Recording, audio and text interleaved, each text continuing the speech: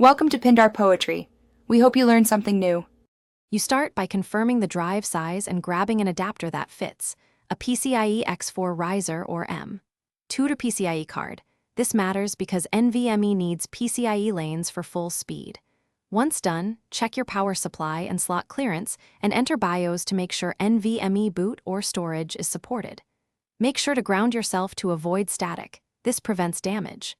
Then power down, unplug, and prepare the case so you can mount the adapter cleanly and avoid cable strain. Now you physically install the drive. Sit the NVMe M.2 into the adapter at a slight angle, then secure it with the standoff and screw. This keeps the module stable. Once mounted, insert the adapter into a compatible PCIe slot. Prefer X4 minimum, X8 or X16 if only available to ensure lane access. Secure the bracket to the case to prevent movement. Then connect power if the adapter requires it, and tidy cables so airflow remains unobstructed, which helps thermals and longevity. Finally, boot into BIOS to verify the system detects the NVMe device.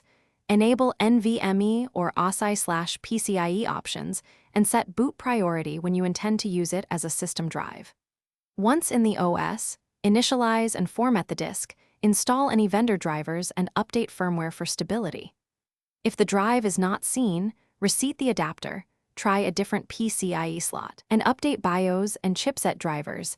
These fixes resolve most detection and lane allocation problems. Thanks for watching. Consider subscribing if we helped you.